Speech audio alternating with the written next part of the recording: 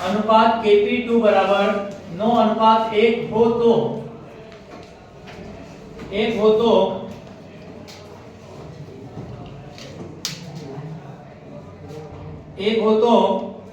P1 अनुपात P2 का मान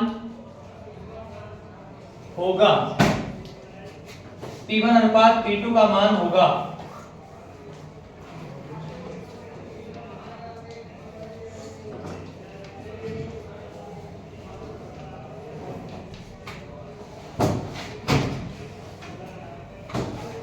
P2 का अनुपात होगा।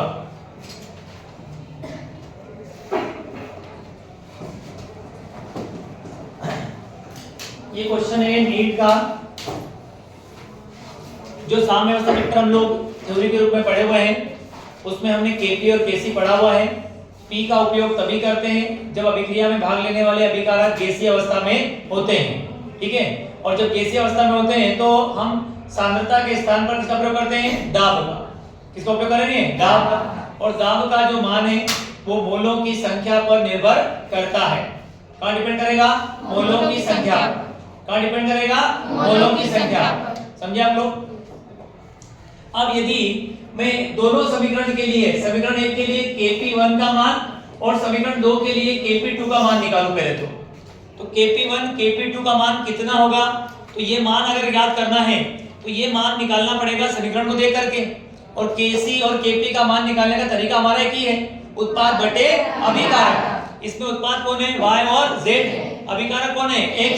तो हम ये कहेंगे y का दाब गुणा z का दाब बटे x का दाब।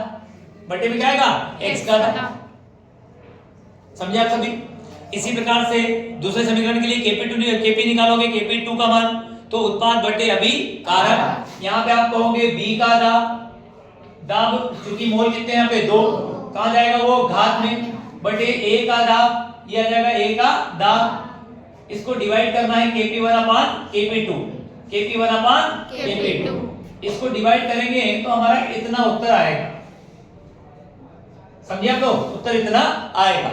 अब मुझे चाहिए Py, Pz, Px, इधर चाहिए मुझे Pb और Pa। और जब भी हम दाब की बात करेंगे तो दाब ज्ञात किया जाता है मोलों की संख्या से। दाब कैसे आता है? मोलों की संख्या से। हम पहले समीकरण की बात करेंगे। अगर मान लिया जाए कि पहला वाला समीकरण साम्य अवस्था में है और यहाँ पर x से क्या बन रहा है बेटा? y plus z। तो शुरू में इसके मोल कितने होंगे? 1। उस समय इसके मोल कितने रहेंगे? 0 और 0। एक और चीज भी है, दोनों अभिक्रिया के लिए जो आयनन की डिग्री है, आयनेशन की डिग्री, जो कोटि निकाला है अपन ने अल्फा, दोनों के लिए अल्फा का मान कैसा है? समान है। दोनों के लिए अल्फा मान कैसा है? समान। अगर दोनों अभिक्रिया के लिए जो हमारा आयनन नियतांक है, आयनन स्थिरांक अल्फा, उसका मान दोनों के लिए अल्फा हो, तो उस कंडीशन में Kp1 Kp2 का अनुपात इतना हो तो P1/P2 का अनुपात कितना होगा, ये निकालना है अपने को। तो हमने कहा कि अगर अभिक्रिया होगी शुरू, उस समय इसके मोल कितने रहेंगे? 1, इसके मोल कितने रहेंगे? 0। अब इसमें से कुछ चीजें क्या होगी? आयनित। कितने मोल आयनित हो गए? तो 1 माइनस अल्फा, वही अल्फा क्या बनेगा बेटा? x, और सॉरी y बनेगा, वही अल्फा क्या बनेगा आपका? z। अब यहाँ पर x के मोल इतने हैं, y के मोल इतने हैं, z के मोल इतने हैं, तो साम्य अवस्था पर कुल मोल कितने हो जाएंगे? कुल निकालना है तो सबको करेंगे प्लस। कुल निकालना सबको क्या करेंगे? प्लस। अब एक अल्फा माइनस में, एक अल्फा में प्लस, क्या हो जाएगा आपका? कैंसिल। तो टोटल मोलों की संख्या साम्य अवस्था पर कितनी रहेगी? 1 प्लस अल्फा। पहली अभिक्रिया में कुल मोल कितने जाएंगे? 1 प्लस अल्फा। दूसरी अभिक्रिया की बात करते हैं। दूसरी अभिक्रिया में A से क्या बन रहा है बेटा? 2B। अगर इसके मोल शुरू में कितने हैं? 1, बाद में इसके मोल कितने उस समय? 0। इसमें से आयनन हुआ कितने का? अल्फा का, वही अल्फा क्या बनेगा? B। तो इसके मोल हो जाएंगे अल्फा, लेकिन अल्फा B क्या कितना लिखा है? 2, इससे मल्टीप्लाई कैसे करेंगे? 2 से। अब A के मोल 1 माइनस अल्फा, B के मोल 2 अल्फा, इनको प्लस करोगे तो उत्तर कितना आएगा? 2 अल्फा है प्लस का, ये अल्फा है माइनस का, प्लस माइनस माइनस, क्या हो जाएगा? 1 प्लस अल्फा, 1 प्लस अल्फा। समझे आप लोग? अब हम बेटा इस Kp1 Kp2 की बात करते हैं। Py Pz Px का मान रखूंगा, फिर मान रखूंगा Pb और Pa का, और Kp1/Kp2 का मान अपने को दिया है 9/a। तो मैंने यहाँ पे 9/1 रख दिया, पहले तो Kp1 अपन Kp2।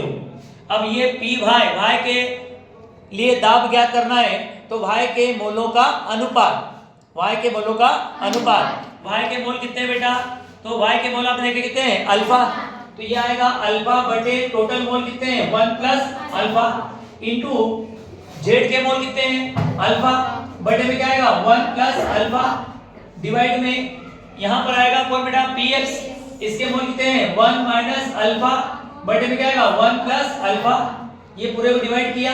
अब बारी किसकी है बेटा यहाँ पे b की, b का दाम निकालना है, तो b के मोलों का अनुपात निकालते हैं, तो b के मोल का अनुपात निकालेंगे, तो b के मोल कितने हमारे पास में 2 अल्फा, b के मोल कितने हैं 2 अल्फा, घात कितनी रहेगी इसकी 2, घात कितनी आएगी 2, बटे में क्या आएगा बेटा आपका pa, सॉरी यहाँ पे आएगा 2 अल्फा बटे 1 प्लस अल्फा, ये पूरे का आएगा वर्ग, अपान में 1 माइनस अल्फा के बटे में क्या आएगा 1 प्लस अल्फा।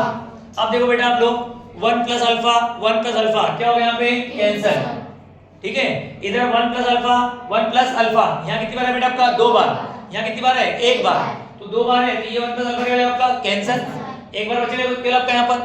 अब 1 माइनस अल्फा यहाँ भी है, 1 माइनस अल्फा ऊपर भी है, ये भी कर लेगा यहाँ पे कैंसिल।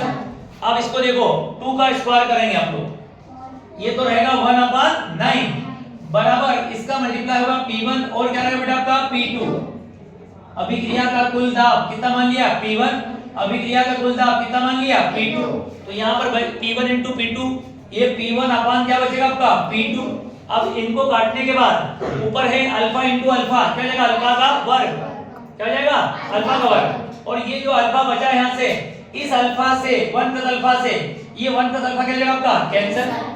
अब तुम्हारे पास ऊपर बचा है अल्फा का वर्ग, नीचे 2 का वर्ग कितना जाएगा 4 और अल्फा का वर्ग आएगा, अल्फा वर्ग से अल्फा वर्ग क्या होगा आपका कैंसिल, क्या बचा बेटा आपका 1/4। तुम्हें निकालना है किसका मान P1 अपान P2, 4 कहाँ है बटे में, 4 कहाँ है बटे में, कहाँ जाएगा बेटा गुणा में, कहाँ जाएगा गुणा में, तो 4 का गुणा किससे होगा 9 से, 9 चौक 36, बटे में क्या आएगा 1, ये आ गया P1 अपान P2, तो P1 अपान P2 का मान आएगा 36/1, 36/1 मतलब 36/1, समझे आप लोग। तो ये आ गया इस समीकरण के आधार पे किसका मान P1 अपान P2 का, उतारो।